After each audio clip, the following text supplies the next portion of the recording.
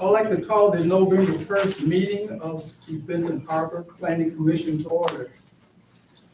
City Clerk, would you call the roll, please? Commissioner Ferguson, Commissioner Henry, Present.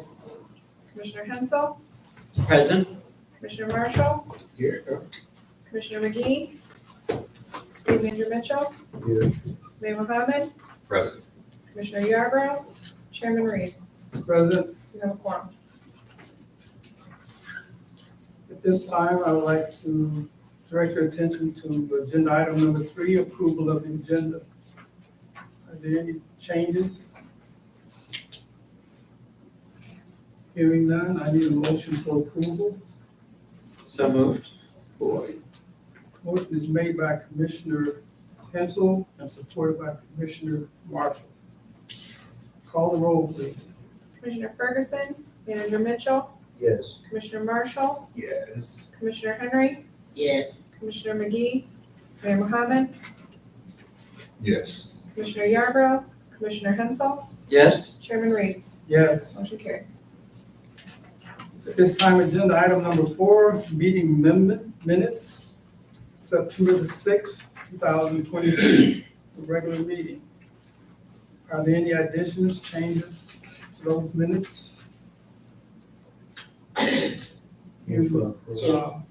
I'm sorry, was not available at that, with an understanding of what that item D was again. Is it anywhere that you can refresh my memory?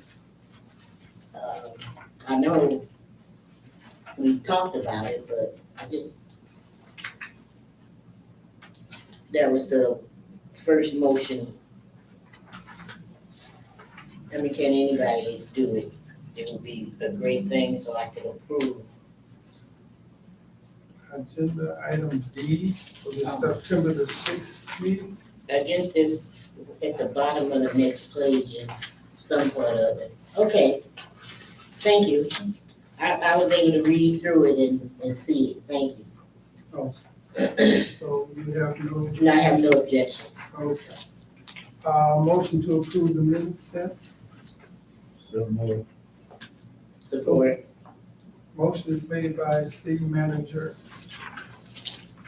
and is supported by Commissioner Henry. Call the roll, please. Commissioner Marshall, Yes. Mayor Mohammed, Yes. Commissioner Henry, Commissioner Henry, Yes. Commissioner Hensel, Yes. Manager Mitchell, Yes. Commissioner Yarborough, Commissioner Ferguson, Commissioner McGee, Chairman Reed. Yes. Motion carried. The October 4th, there was no quorum, so there were no items on the agenda that required our attention. We move on to public comments at this time. Please limit your comments to 3 minutes. Does anybody who have any comments? At this time, we'd like to close the public comment session. There's no new business to discuss, so we'll move to agenda item number 7, old business. We have the monthly absence report of our members. The only member who has indicated or notified me of their absence would be Commissioner McGee. For those who may not be aware, Commissioner McGee has been excused because of health issues. Not going to go into details as to what they are. We'll have to get in touch with him to find out what is his future position on the commission. So at this time, he has been excused so we can determine what we intend to do moving forward. Other than that, those who are present are present, those who are absent are absent without permission. Well, they did not notify me of their absence. At this time, we'd like to move on to item 7B, which would be the Kushhava Craft update. Good afternoon, everyone. I'm Jeff Kashaba, the founder of Kashaba Craft, and I apologize about not being here last month. I was under the weather. We have some good news now. Most of the, all of the framing, wall covering, and structural work is complete. The plumbing and mechanicals were delayed. The plan approvals with the state in Ab and March, they had some rounds of comments and minor changes. But we just got those approvals yesterday. And so plumbing should be commencing immediately, followed by the mechanicals and the electric. We don't have a start date for it yet, but it should be very soon. I was by there and I noticed that there's quite a bit of activity, so I would assume that's a good thing moving forward. Yes. Once that work is complete, you all will be ready to prepare the parking lot. Yes. Yeah, they were waiting because the plumbing connects out there. And so, but now all that can happen and the parking lot should be done soon. Okay. Any questions from the commissioners? Yes, sir. I hope you can get that stuff off the street before it freezes. Because Water Street has a bunch of stone and other things for your project, I'm sure. And I know you have to store them there, but we don't want to spend the winter in the street right away. Right. Definitely. Any questions, just Mayor? I just want to follow up on what the vice chair. I'm not familiar with what's being stored or on, is it city property? Is it? In the street, actually. There are piles of materials for the excavation work that they're doing, the redoing of the parking area. We've asked them to redo it and to protect the soils from runoff as part of the approval of the site plan. It's a conditional approval. And the bulk items have been delivered, but they're not on their property, they're in the street. Is it a violation of the work ordinance to the chair?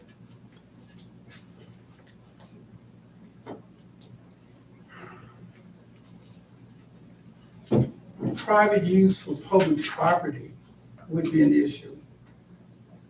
They unload the equipment and they are not removing it from the public thoroughfare in a timely manner.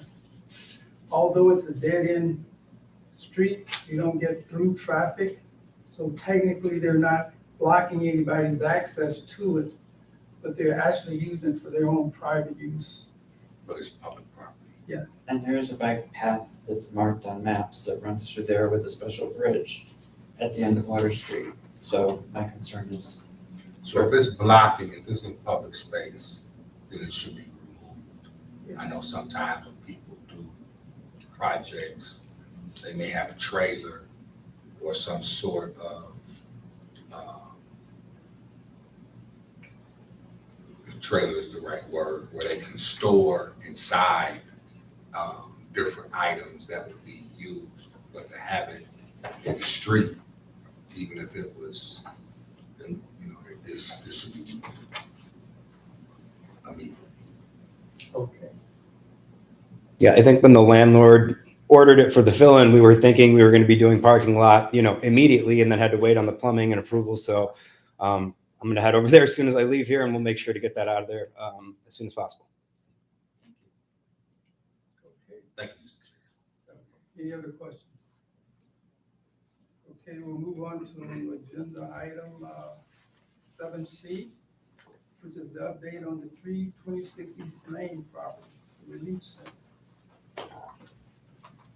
Good afternoon, Jordan Florian on behalf of the Relief Center.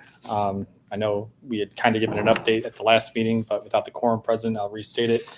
At the September meeting, there was otherwise a condition placed on our approval of the site plan to have Mr. Bruce otherwise show up at the property and confirm the site plan. We ultimately had Bill Snyder show up and were otherwise told that he was equal to Mr. Bruce in terms of approval, and we did get his approval for moving forward.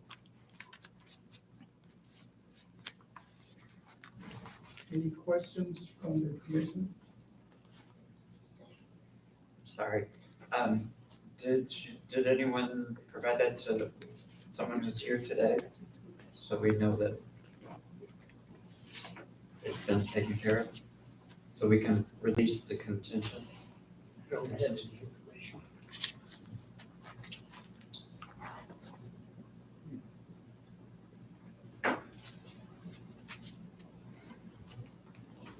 If you've met the contingency, then we could, and we have the documentation, Sure. we could free you of that burden at this point.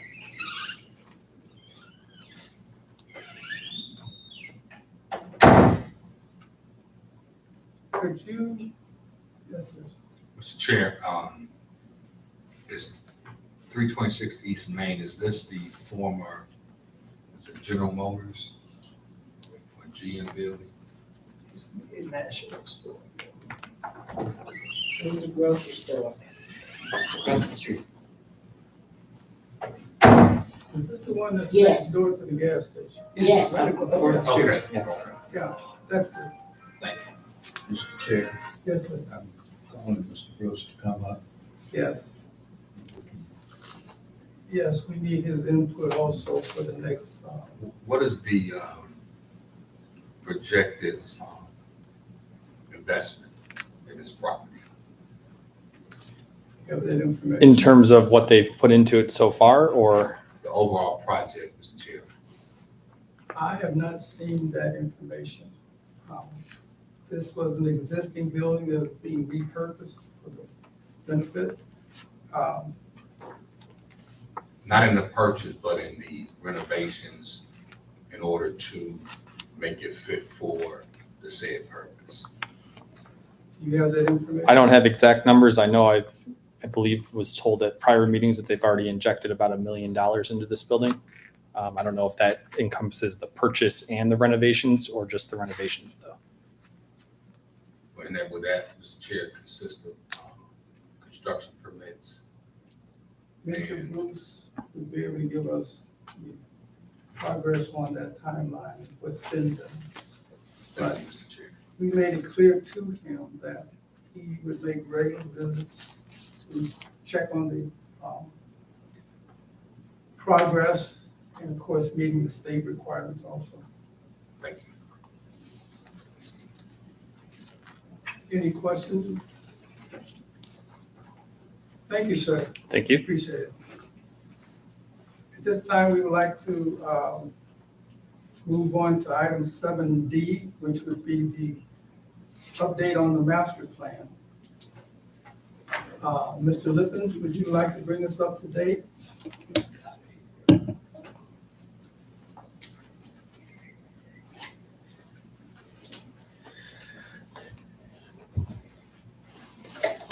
So we, in the last 2 weeks, have completed 4 neighborhood workshops and gotten another round of public engagement, which is, I felt like those meetings were very productive. It was really refreshing to hear from some new participants in the process and to have a discussion about what residents in the different neighborhoods were hoping to achieve through the planning process. I was hoping today to actually have a discussion about the zoning ordinance. And my hope was to hear from planning commissioners about, from your experience in working with this zoning ordinance, which I would describe as a modernized zoning ordinance. So you actually have a pretty good zoning ordinance as the basis for your development decisions. But as in most cities, over the course of time, you learn through reviewing different applications that there are things you want to improve. I might describe this as what works and what doesn't work. So I was hoping to actually today hear a little bit from planning commissioners about impressions from some of the site plans you've reviewed or developments you've reviewed over the past several years since this zoning ordinance was put in place, about what are the biggest issues that you want to see amended through this process. So I would describe it as what works and what doesn't work. I know some examples simply that we've discussed, as part of this process are, for instance, the application of planned unit developments, which have a limited application across the city. So one of the potential amendments is, looking at a wider use of those types of developments in different areas around the city.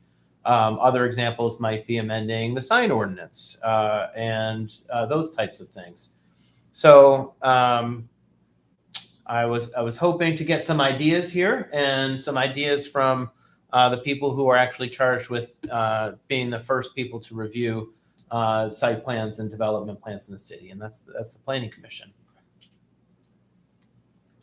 Any commissioners have comments? I have a question. In the master plan that you're putting together, are there currently standing structures that you intend to remove? No. There are some times where a plan will include, just grabbing a pen here so I can make notes as we talk.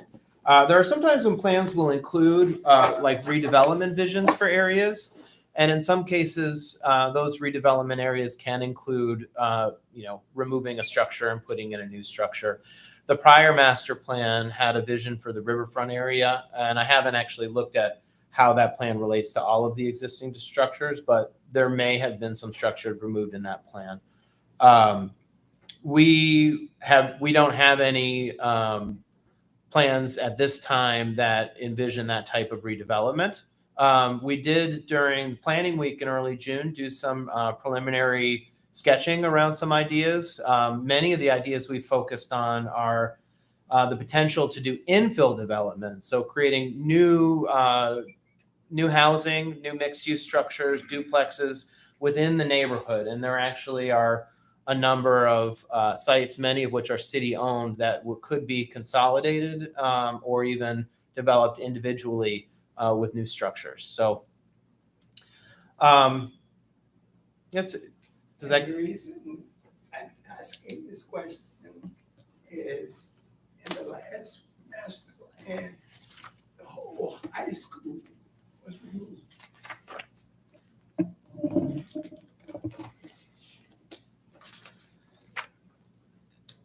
You mean it didn't appear in the riverfront plan? In the last master plan that we put together, that we used sparingly, that's why I was opposed to another master plan, because we didn't use the one that we put together at first. And in that plan, as I looked at it, and I still have that master plan, there's no high school.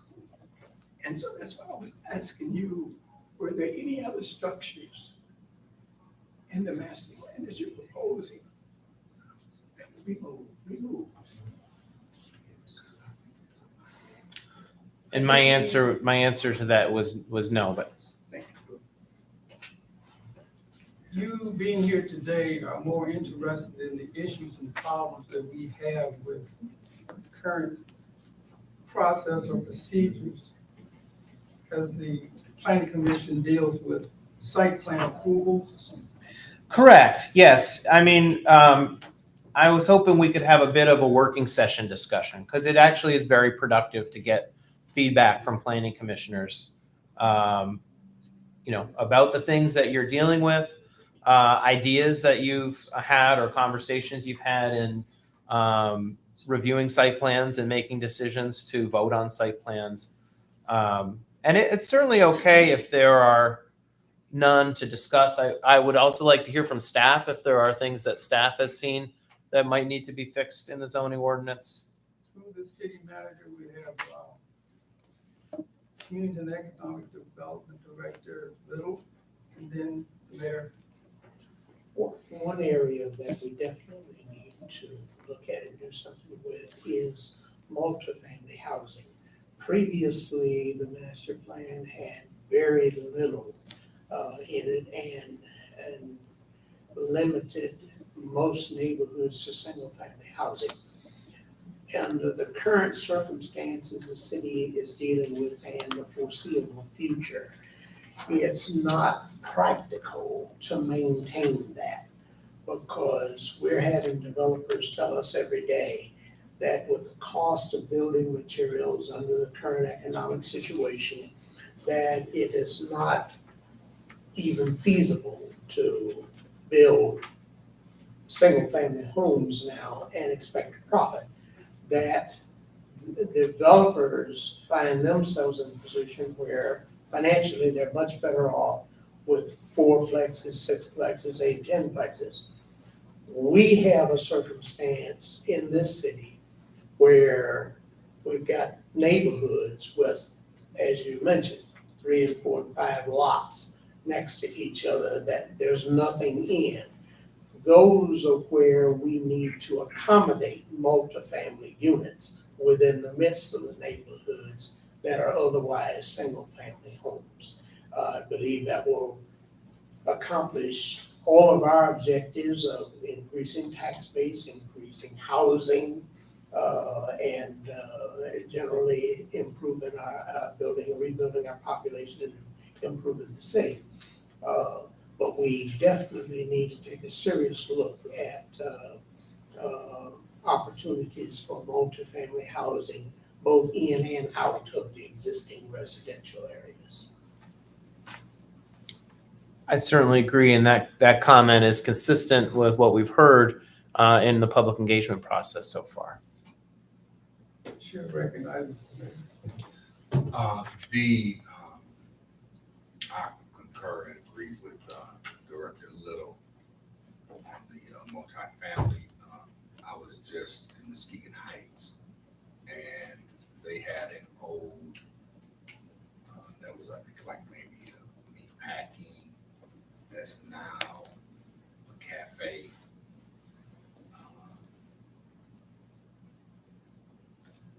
Slash restaurant.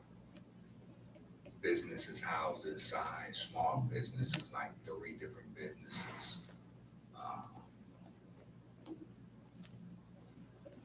Right outside, kind of like a little patio, they have kind of like a cigar area for people who want to. So I don't know if that would fall under multi-use, and it's right, I mean, homes are right across the street.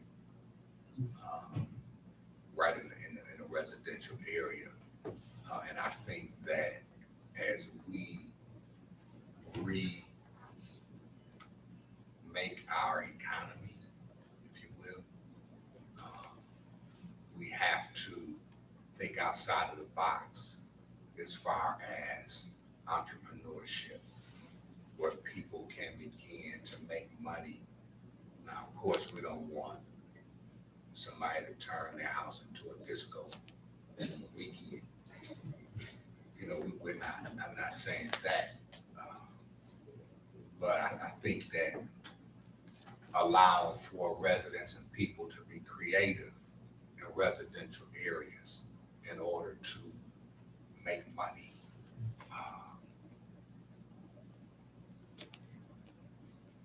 Would that be mixed use, Mr. Chair? Or what? Mixed use. It will be mixed use. So I would like to see, I'm sorry. where in, and I don't know, maybe certain areas, but, when I came up, it was what they call a candy store. It was a freeze cup house. And I don't know if they, cited them for violating the ordinance, but I think that we need to open that window back up, post quote unquote COVID, as small businesses have shut down and people are repurposing property. I think that is something that we should look at. Reestablishment of neighborhood commercial nodes is very important. However, today we're more concerned about site plan issues and issues that have to do with the coding and the ordinance. So I would like to make a few comments after we hear from some more of the commissioners. Mr. Hensel? I had a follow-up. Is it okay? Yes. If I just response to- Yes, in response to the mayor's comments. I do think, as Commissioner Reed said, neighborhood nodes, neighborhood mixed use, that's a comment that has been supported in discussions we've had with members of the public. Also creating opportunities for entrepreneurship. Those comments align with the feedback we've gotten so far. The one thing I did want to mention, though, that is also a very interesting comment that many ordinances are updating now is home occupation uses. So what types of uses are appropriate, and businesses are appropriate for people to do in their homes. So I'm also going to make a note about looking at home occupation uses.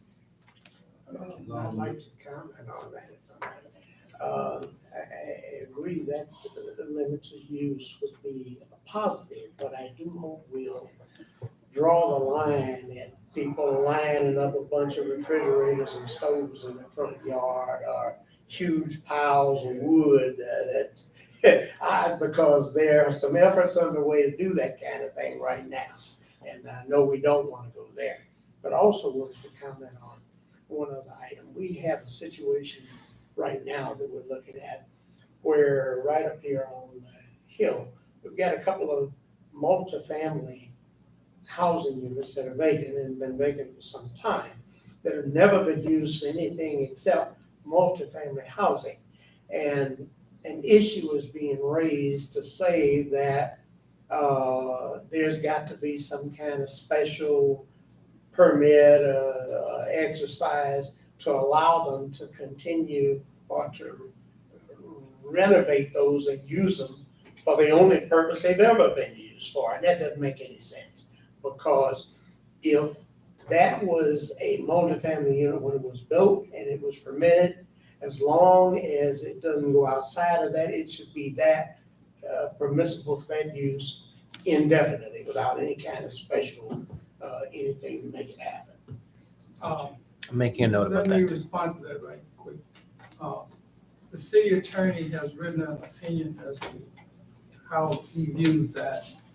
And I'm not sure that this is the proper time to try to come to a conclusion about that. However, it should be known is that existing uses is something that we want to look at as far as what is grandfathered in and what is not. And if we need to change the ordinances to now make those uses, to allow those uses to continue on, this might be an excellent time to look at the coding and see where we need to adjust that so as to preserve historic properties, buildings, and those that were grandfathered in. That's the nonconformity section. So- I believe. I was next. I'm keeping track. Thank you. Thanks. I just want to comment on this. When that zoning ordinance was written, it was not anticipated by the planning commissioners at that time that that property would ever be an issue that we're talking about. Yeah. And what we find when we look at the ordinance and the details of the ordinance is that it's written in such a way that if the building is now continuously occupied, the grandfathering disappears. So it's been unoccupied for a number of years. Unfortunately, it falls into the category then of being non-compliant, and the owner can't do anything about it. So that was not something that planning commissioners had in mind at that time. The idea was, and the rest of the ordinance says this, that if it was a use that was legal in the original ordinance that we replaced, that it would continue to be legal under the new ordinance. And buildings such as the one we're talking about really should be covered as allowable, whether we change the zoning rapidly to overlay some sort of change on it, or whether we just wait until the master plan is done and we get to the zoning ordinance. We're talking about a couple of years. I don't think it would be fair to the owners or to the community to have the buildings standing unused now that especially that there's an interest in the ability to do something with it. So if it's a temporary change, I think we need to look at crafting something so that we could do that. I also would like to ask you, as far as the sign ordinance is out of date. It was very difficult to administer.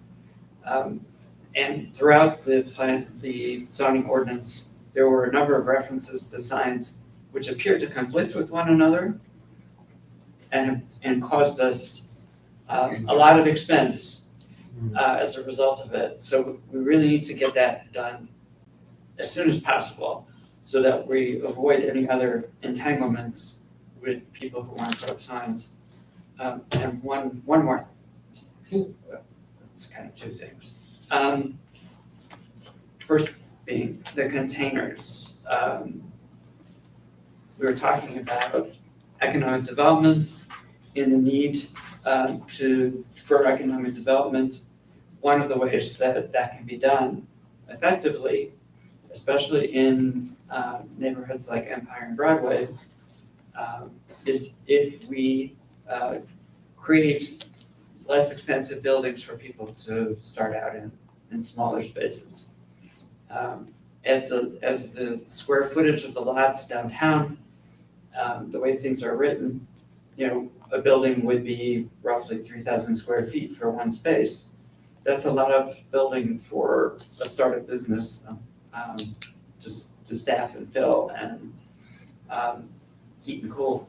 So I think there are ways that can be done. I think the zoning ordinance needs to be changed to allow it. And the details can be worked out. And then building types. In old neighborhoods, we encountered someone at the Housing Grand Rounds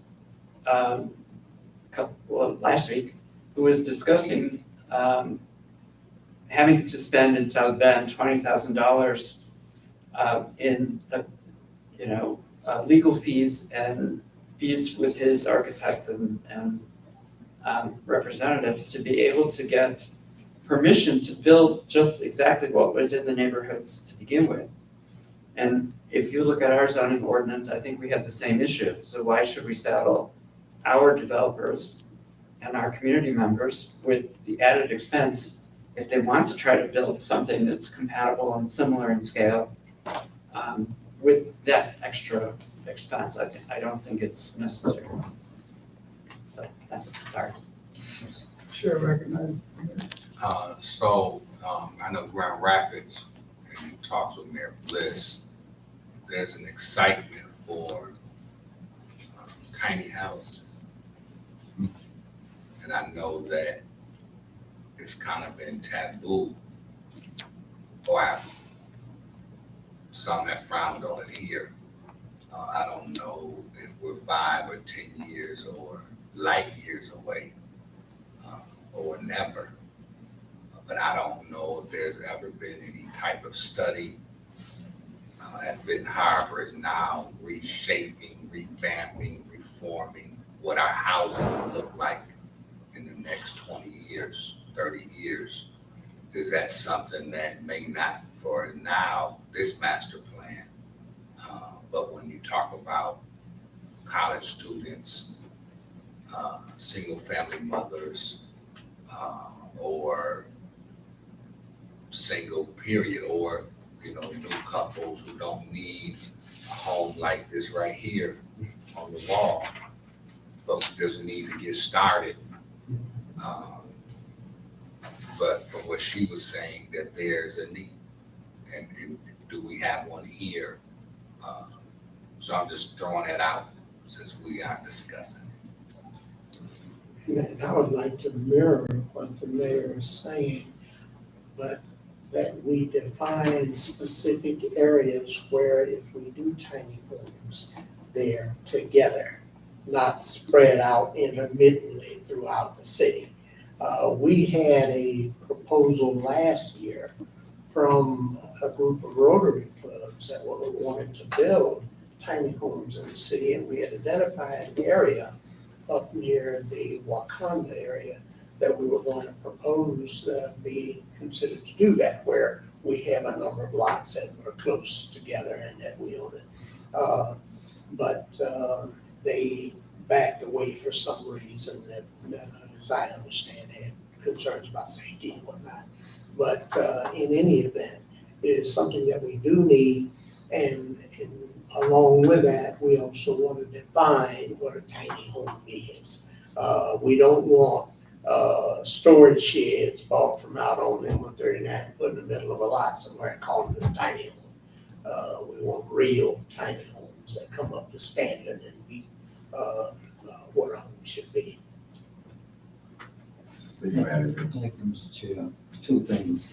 One, on the tiny homes. When we talk about building multi-family properties, that will take care of some of that need. We don't have enough of those in the city.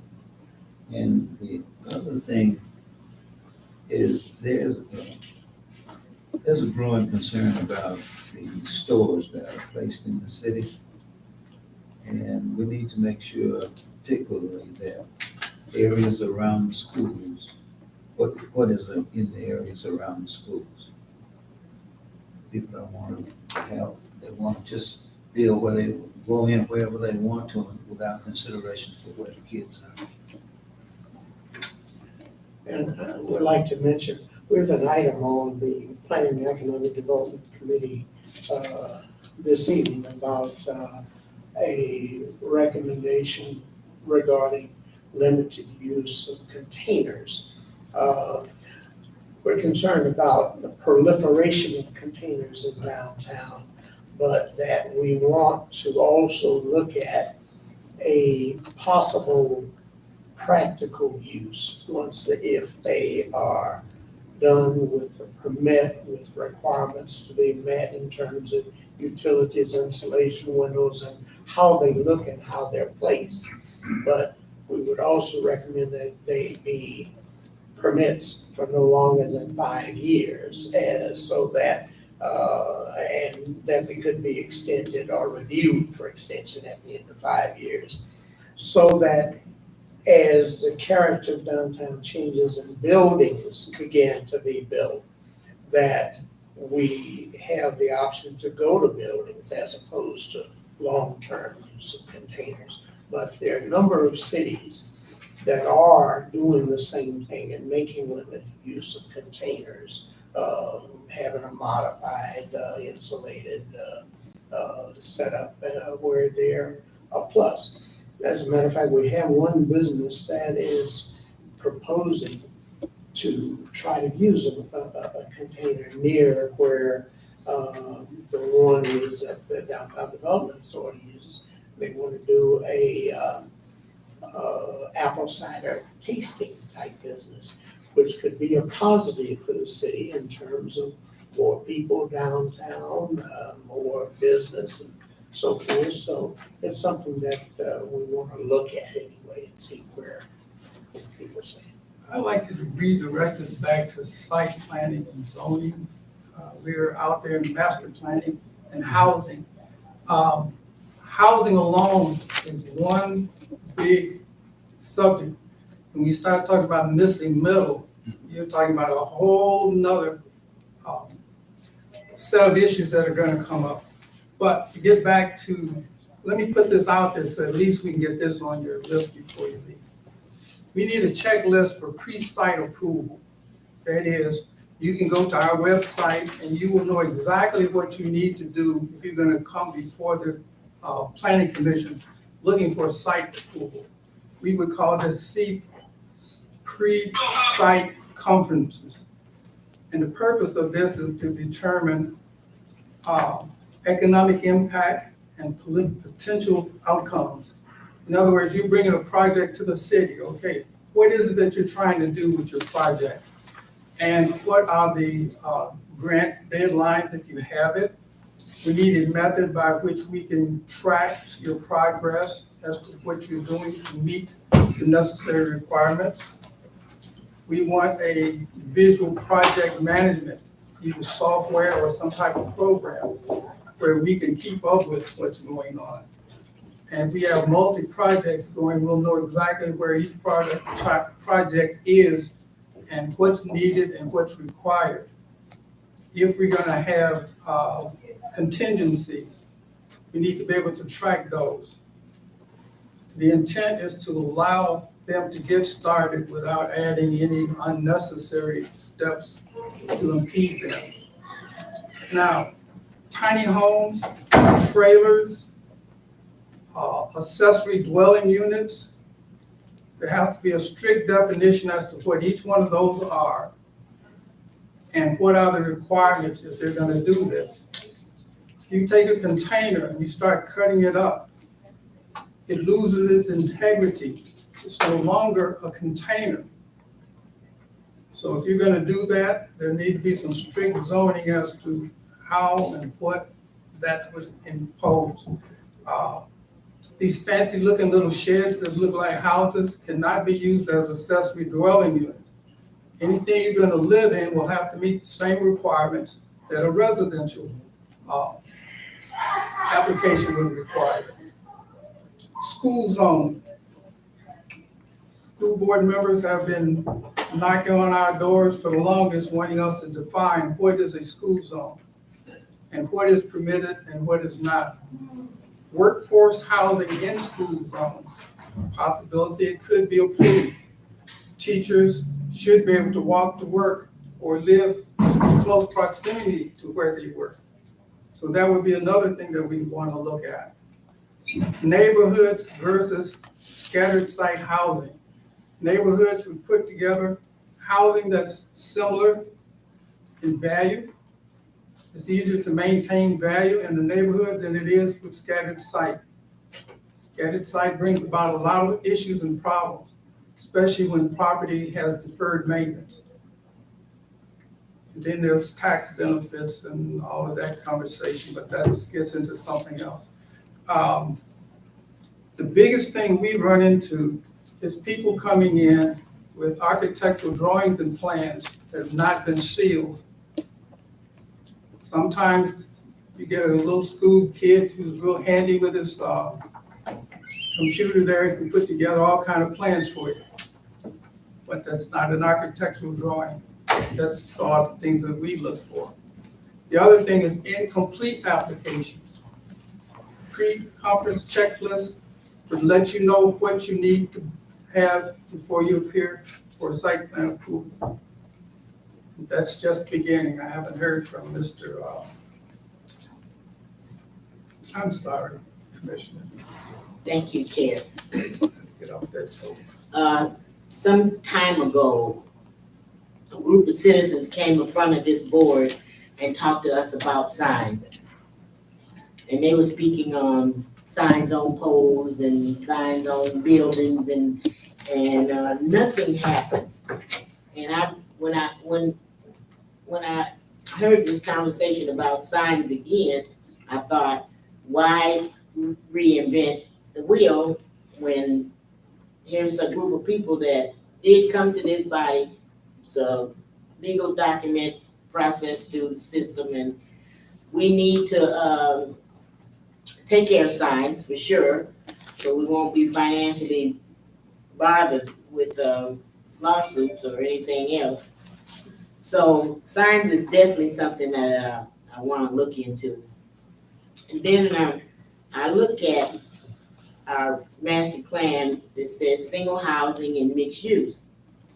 Now, mixed use really became a hair in my head because it was such a vast area and only in a certain area. And I would, if there's mixed use, is a good thing instead of being multi-housing, then I think that the misuse should be expanded a little further or draw it back and made in a concentrated area, which is kind of is now. So we gotta make some decision on how we handle mixed use.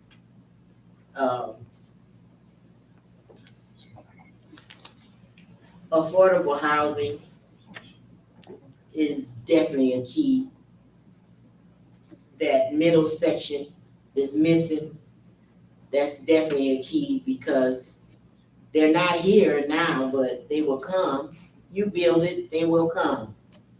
But my key effort is on the citizens that we have here now and how we shore them up to be, to have generational wealth as well as a comfort in life. So we can talk all of brick and mortar we want, but if we don't set something in to address the human issue, we're just having a problem. And Chair, all of those information that you shared concerning the website is just wonderful. I think that's just gonna give us another strong avenue to support small businesses so they can, it won't be any quagmire trying to get through the process. So the process and procedures is definitely something that we need to look at in a humanistic way and not a brick and mortar way. So if we're really interested in home ownership, then we need to set a lot of reference in home ownership. And so where you spend your money, how you set things up for the final outcome should be home ownership.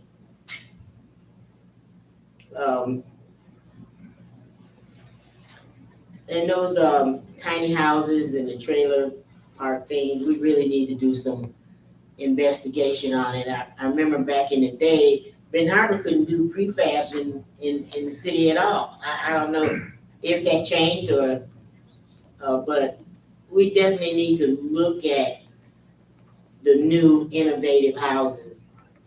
They could be by the material they're built with. I went into a program the other day with, and they talked about alternative energy, and so I'm geeked about that. I want to be innovative. I want to be for our community to be 20 years ahead of this time.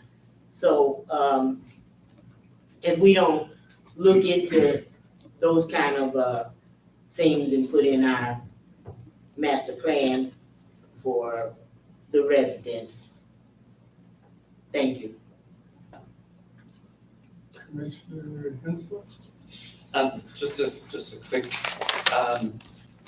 thing. We were sent the zoning reform kit, which I have not read all of. It's great reading if you feel like you need something to sleep to. But what I did notice, I have questions about how we would apply this. I don't particularly think it's best practices for Benton Harbor.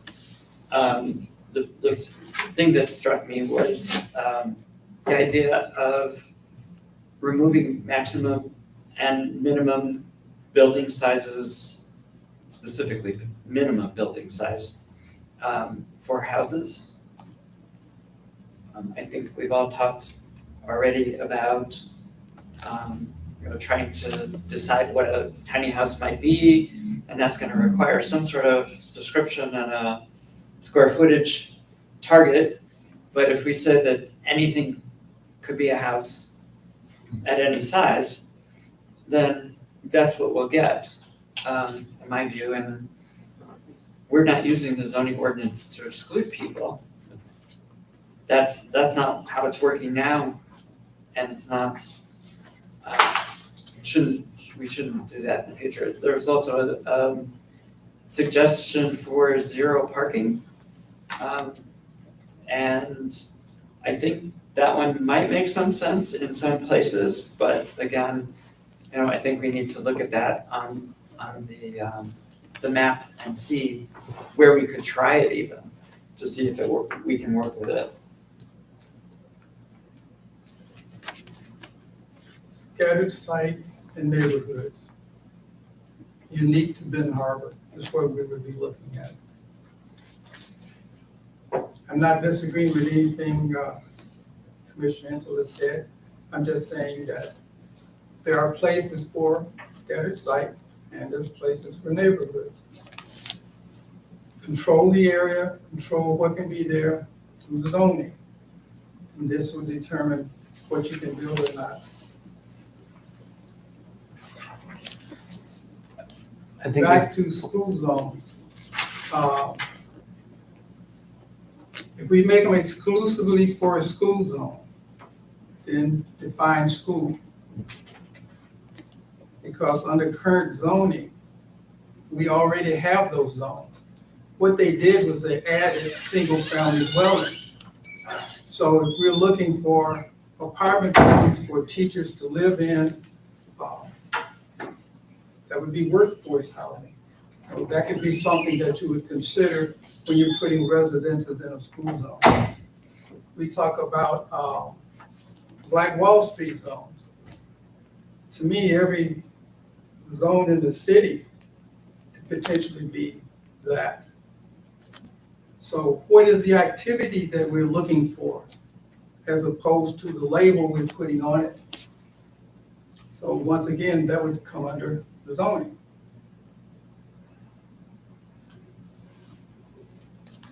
Any other discussion, Mr. Lippens? I'm going to go back a ways. There's, and I know that we did want to kind of think really about the zoning ordinance, and we've talked a lot about some overall policy goals, which I think is also very valuable.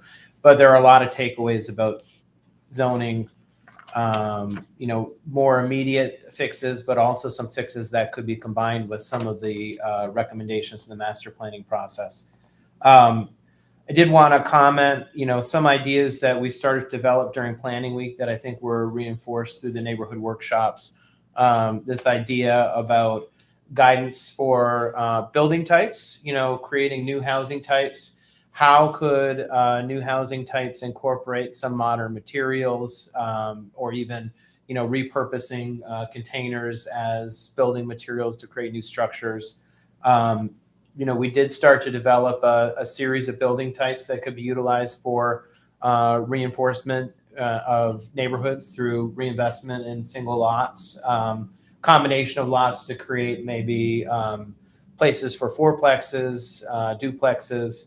And the other thing that we developed and presented as part of that planning week were floor plans for each of the building types. And one of the kind of more modern approaches to incorporating middle housing or attainable housing is to have pre-approved site plans. So essentially, if a developer comes in, even if it's a city lot that is transferred to a developer to develop, that you have some pre-approved building types and site plans that can be installed or constructed. And we started to develop that model in planning week, and I think it's been reinforced through the neighborhood discussions and then also through the discussion we've had today. And thinking about containers too, rules for containers for temporary uses, right? I've heard a desire to have that, but then also thinking about how can containers be used in a way that meets building code requirements to create more permanent long-term houses. So one of the things we started working on in planning week also was that idea of saying, what would a bungalow court look like? A bungalow court or a site that has multiple tiny homes developed on it.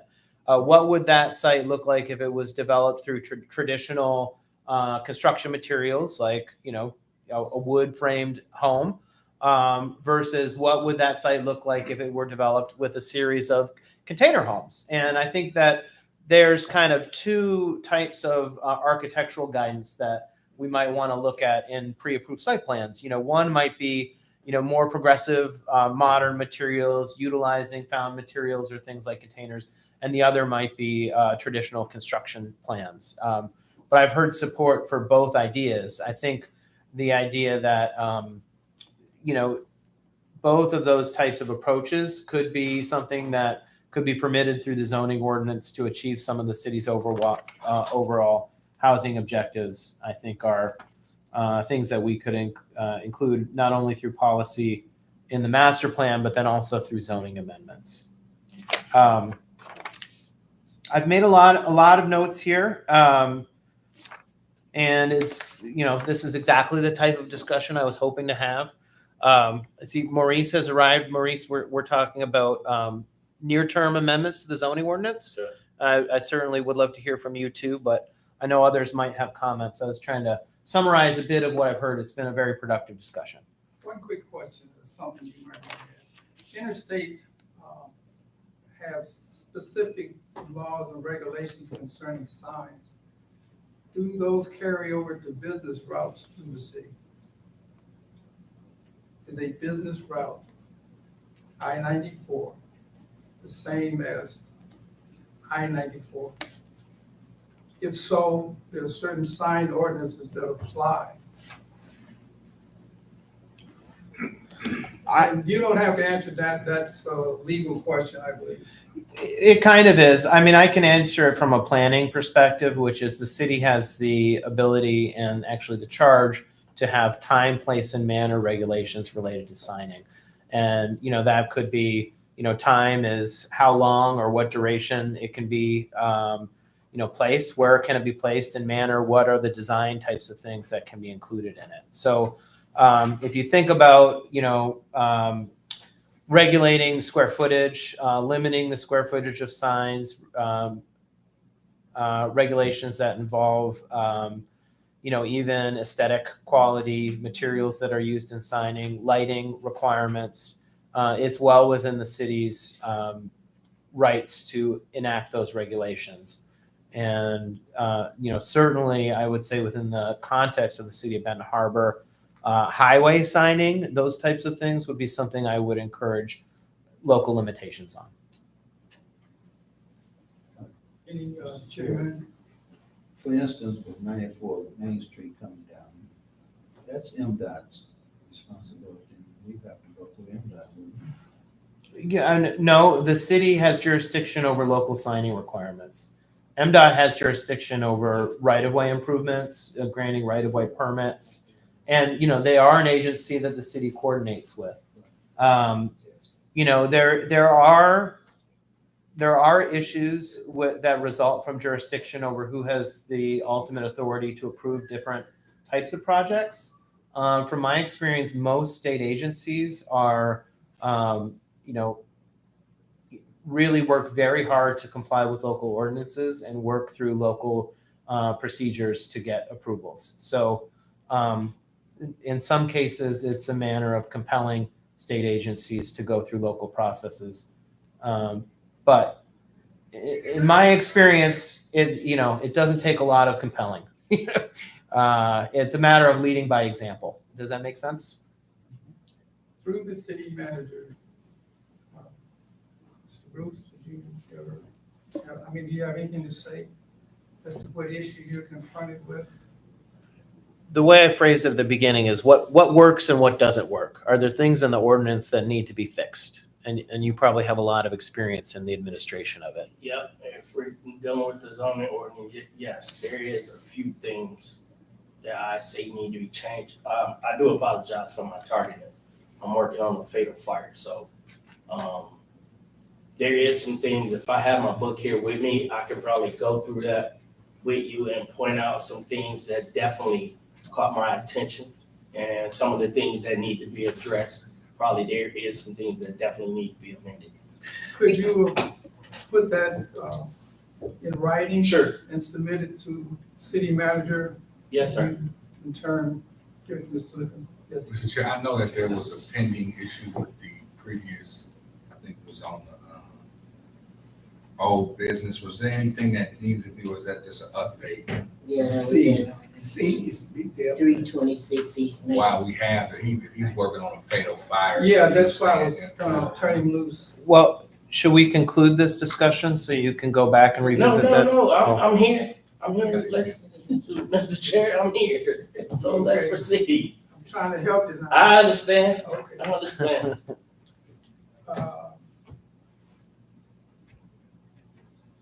Okay. I would just request that Officer Bruce supply that information to us as well. Your Yes, ups or down, whatever it is, Yeah. that we know that those will be some of your issues. sure. So make sure that we get that same information. That's fine. Thank you. Okay. We can do that at a follow-up meeting too. Yeah, if you Yeah. need to be excused, hey, go. He take- has to Yeah, they've been waiting for, I don't know how long for him to come so they can get their approval so they can go. That's, 326 East Main. I'm sorry, Joe. We could even, we could close this part of the agenda and we could reopen it if you want to shift to the other issue. We have a quorum, so we could act on whatever information you supply them with. The contingencies, have they all been met? Referring to the relief center, I believe Mr. Snyder went to the property mid-September. Yes. Walked through and Yep, otherwise. yep. So, Mr. Chair, the building inspector did go to the property. He walked through with their construction guy. He told me that his last statement was, Bruce, everything that they have done, they did it. They were just waiting on, I wanna say it was electrical inspector, possibly. I'm not sure on that. I wanna say it was electrical inspector they were waiting on. They didn't get drywall up yet because that stuff needed to be looked at. And after that, everything is going to plan, how it's laid out. Just forward to us something in writing saying that they met all of the necessary requirements, and at our Will do, next meeting, we can bring that up and release it. Any additional comments?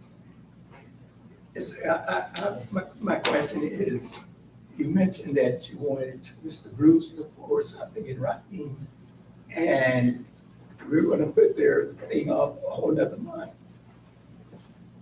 He said that the electrician still needed to sign off on something. Yes, I believe so.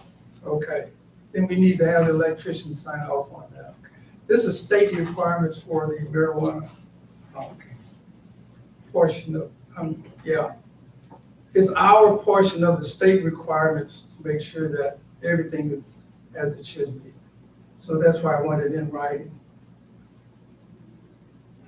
I think what Mr. Marshall is saying, Mr. Chair, is we're talking about waiting another month before I come back and give them approvals.